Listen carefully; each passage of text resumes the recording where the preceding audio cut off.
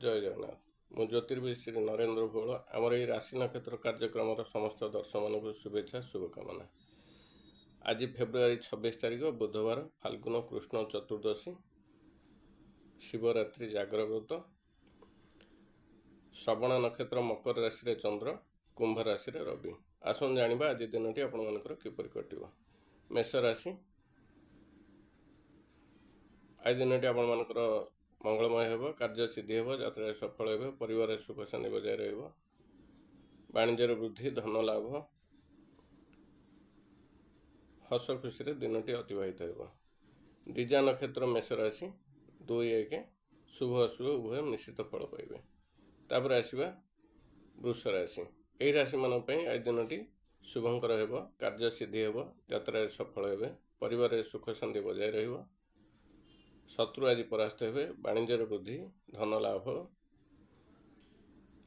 ତାପରେ ଆସିବା ମିଥୁନ ରାଶି। ଏହି ରାଶିମାନଙ୍କ ପାଇଁ ଆଜି ଦିନଟି ଶୁଭଙ୍କର ହେବ, କାର୍ଯ୍ୟ ସିଦ୍ଧି ହେବ, ଯାତ୍ରାରେ ସଫଳ ହେବେ, ପରିବାରରେ ସୁଖ ଶାନ୍ତି ବଜାୟ ରହିବ, ଶତ୍ରୁ ଆଜି ପରାସ୍ତ ହେବେ, ବାଣିଜ୍ୟର ବୃଦ୍ଧି, ଧନ ଲାଭ।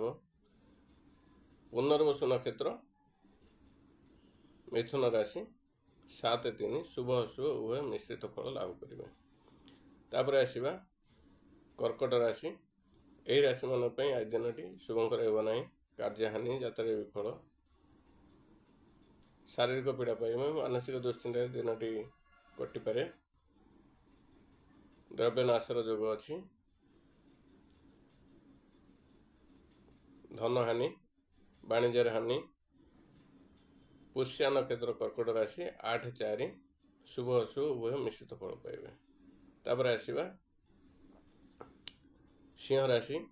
ସିଂହ ରାଶି ବ୍ୟକ୍ତିମାନଙ୍କ ପାଇଁ ଆଜି ଦିନଟି ମଙ୍ଗଳମୟ ହେବ ନାହିଁ, କାର୍ଯ୍ୟହାନି, ଯାତ୍ରାରେ ବିଫଳ, ଶାରୀରିକ ପୀଡ଼ା ପାଇବେ, ମାନସିକ ଦୁଶ୍ଚିନ୍ତାରେ ଦିନ କଟିପାରେ, ଦ୍ରବ୍ୟ ନାଶ, ଧନ ନାଶ, ଅପମାନିତ ହୋଇପାରନ୍ତି। ପୂର୍ବ ଫାଲ୍ଗୁନୀ ନକ୍ଷତ୍ର ସିଂହ ରାଶି, 11-5। ଆଜି ଆପଣ ସତର୍କତା ଅବଲମ୍ବନ କରନ୍ତୁ, ଯାନବାହନ ଚଳାଚଳରେ ଅଯଥା କଳି ଝଗଡ଼ାକୁ ଯାଆନ୍ତୁ ନାହିଁ।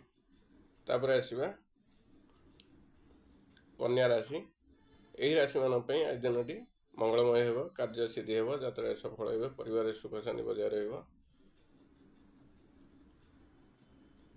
ବାଣିଜ୍ୟରେ ବୃଦ୍ଧି, ଧନ ଲାଭ, ବନ୍ଧୁ ମିଳନ, ସୁସ୍ୱାଦୁ ଭୋଜନ ଲାଭ, କାର୍ଯ୍ୟକ୍ଷେତ୍ରରେ ପ୍ରଶଂସିତ ହେବେ, ଶତ୍ରୁ ଆଜି ପରାସ୍ତ ହେବେ। ତାପରେ ଆସିବା ତୁଳା ରାଶି।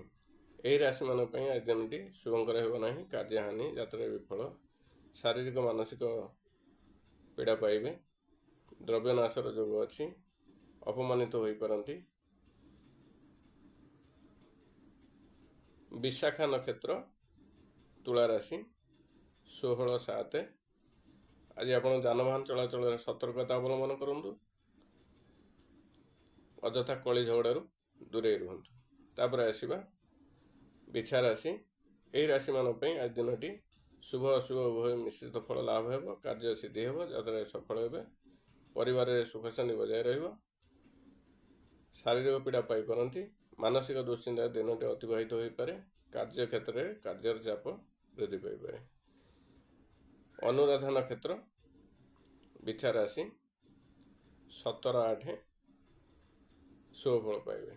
ତାପରେ ଆସିବା ଧନୁ ରାଶି।